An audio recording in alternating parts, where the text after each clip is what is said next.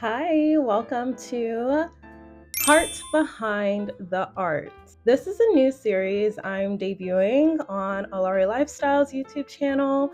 If you don't know, Alari Lifestyle is a luxury online art gallery as well as fashion boutique where I sell my Afro-feminine original artwork as well as bespoke fashion pieces handcrafted from all over the world. So if you are new here, welcome. Today's the first episode actually, and hopefully the audio is okay, hopefully the lighting is okay. Today's topic is this lovely limited edition print behind me. This is in the size 24 by 36, and like all of my framed limited edition prints, it does come framed and ready to hang. And being limited edition, when they are gone, they're gone. This piece is actually very special because without this piece, I don't even think I would have had the impetus to really even embark on this whole journey as an artist, as a full-time art gallery owner, as a fashion designer even. This is actually the cover art for my first book, Force of Nature, the namesake. And it's very interesting because I was not supposed to make this. And hopefully the glare isn't too bad because I have a window across from here. And I wasn't supposed to make this. Okay, so let me walk you through, because in this series, I really just want to get to the heart behind the art, meaning the emotional space I was in. What is the energy I put and infused into all of my artwork? I think what differentiates me from other art galleries is that it's artist run. So you can rest assured that every single piece of art means what I say it means. I think I've gone to art galleries where you'll kind of see the art gallery owners, they're trying to make a sale, which understandable, businesses have to sell, right? And I think that there are sometimes, moments where I wish I could speak directly to the artist and ask all these questions like, what mental space were you in when you created this? Why did you choose this composition? Why did you decide to go with this style? What does this color palette mean to you? And if you are a collector interested in collecting work from Alari Lifestyle Art Gallery, this video, this series in general, is for you.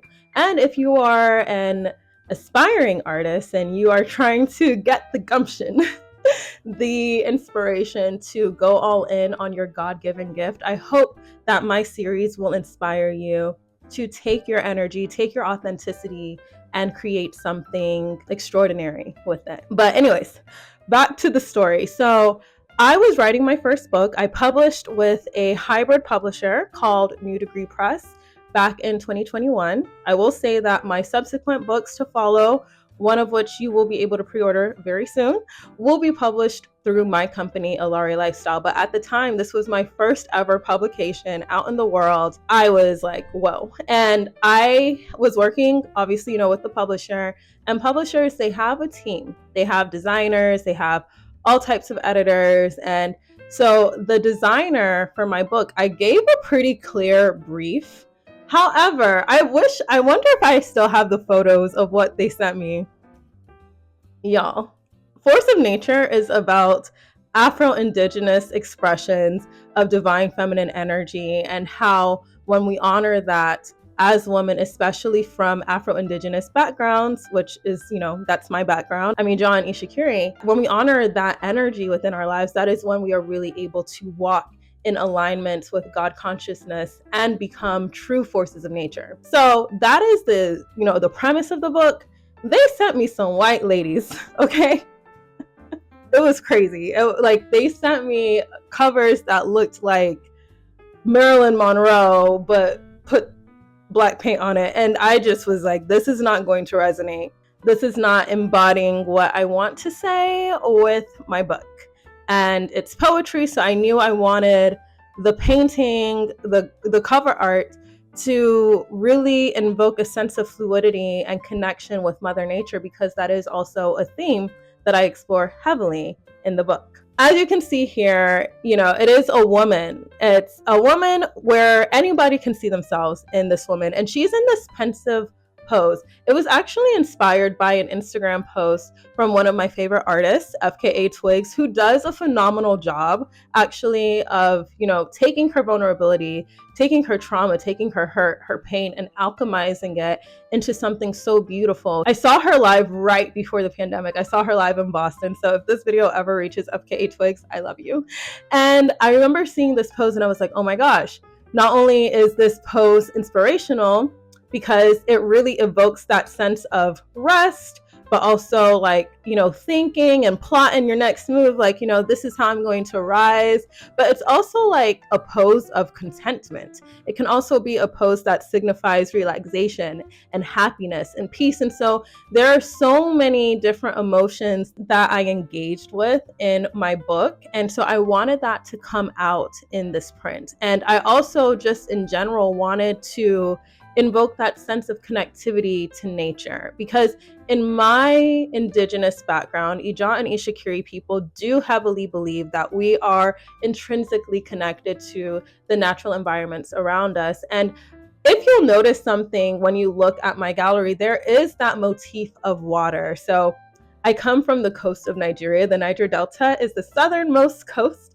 It's where all the oil is. And unfortunately, there is a heavy amount of environmental degradation enacted not only by foreign entities like Chevron and Shell, but also by the government itself. And so I remember, growing up, hearing these stories from my mom about, oil spills and flooding and how that affected people in her family. Her brother's farm was flooded in an oil spill. I highly recommend that you go and look into the history of the Niger Delta, because decolonization of mind, body, and spirit, I should say, was also a major thematic element in my book. As you can see, the woman is sovereign.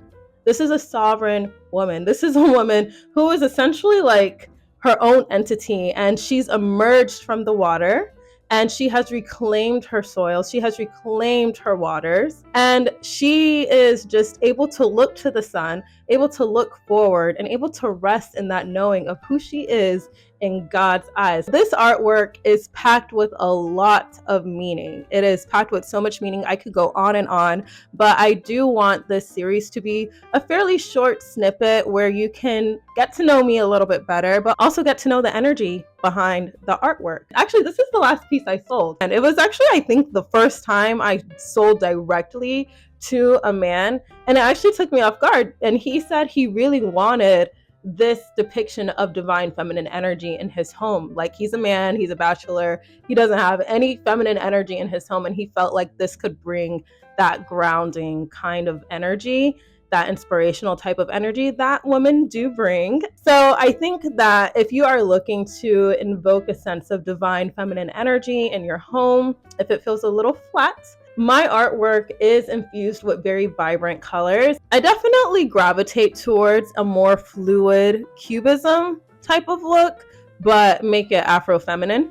So ultimately, with this specific piece, I wanted it to be something that is earthy but feminine.